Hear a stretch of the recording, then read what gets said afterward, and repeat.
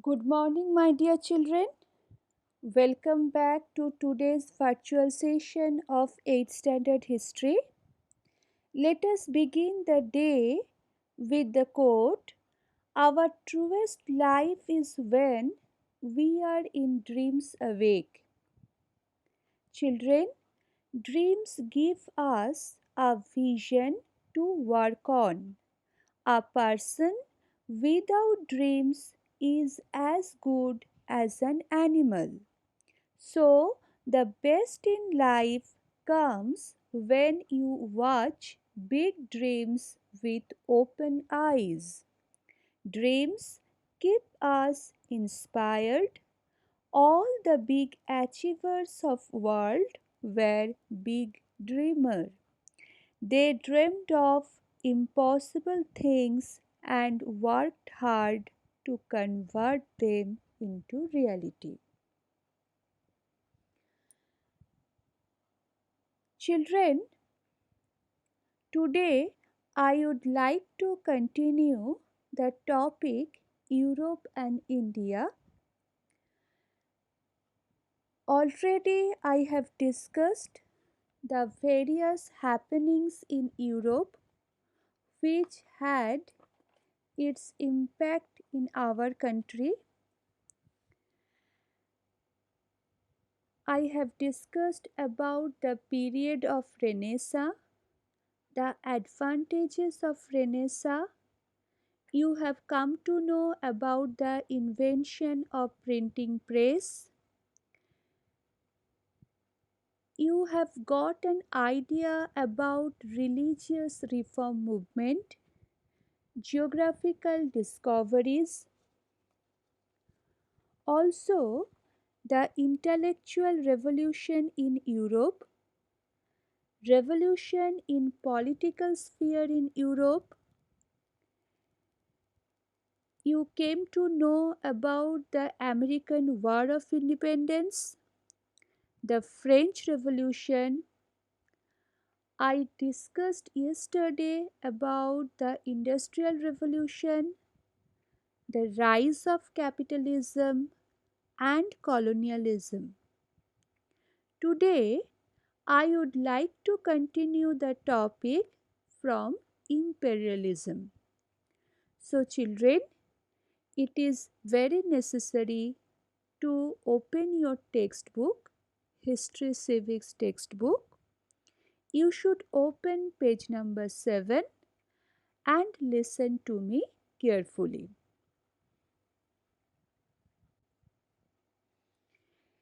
Imperialism.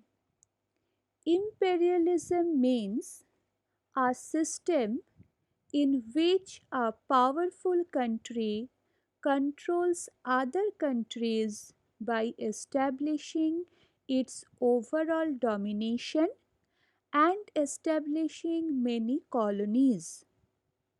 Many countries from Asian and African continent fell prey to this imperialist aspiration of the European nations. So, children, what is imperialism? A policy of extending a country's power and influence through colonization, use of military force, and other means. That is known as imperialism. Here, I want to discuss more information regarding the concept of imperialism. Imperialism is the domination of a land and its people by an external power. It is the antithesis of self determination.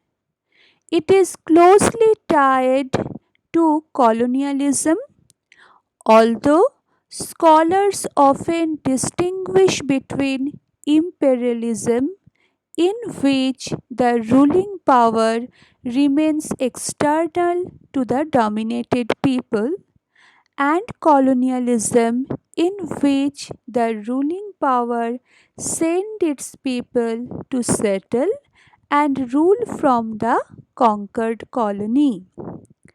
Others treat imperialism as the ideology of expansion through use of force and see colonialism as one way imperialism looks in practice.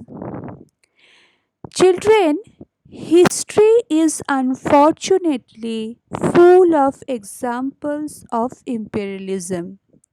The British Empire engaged in major imperialist endeavors in Ireland, India, the land that are now known as the United States and Canada, Australia, New Zealand, and throughout the Caribbean.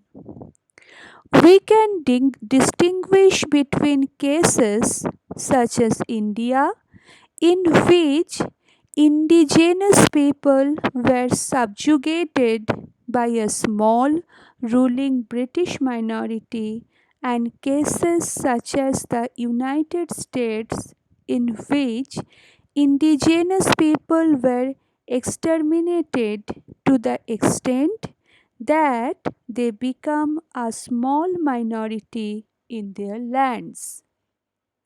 So, children, what is imperialism?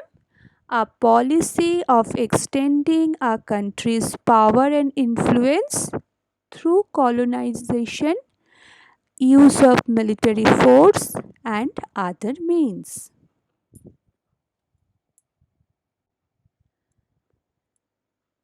Now, I am going to discuss the establishment of East India Company.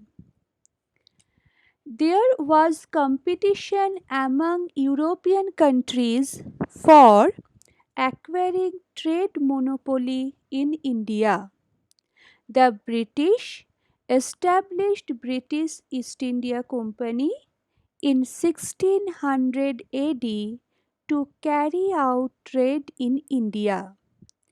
This company took permission from Emperor Jahangir and established its factory in Surat. The trade between India and England was carried out through this company. Children, do you know what is the meaning of the word monopoly? What does it mean? Monopoly is the exclusive possession or control of the supply or trade in a commodity or service.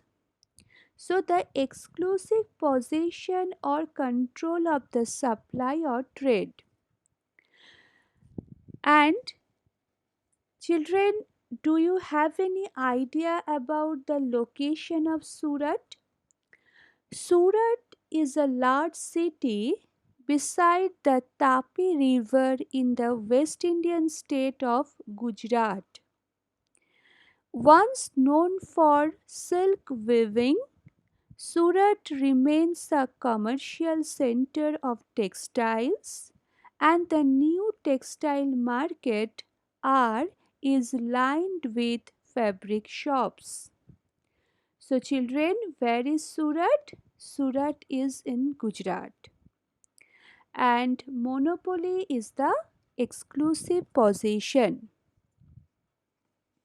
So, there was competition among European countries for acquiring trade monopoly in India, and that's why the British established the British East India Company in 1600 AD.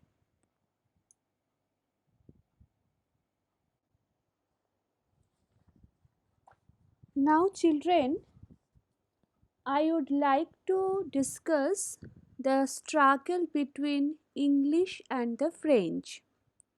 England and France were rivals in the competition for trade in India. Due to this, there were three wars fought between them, which are known as Carnatic Wars.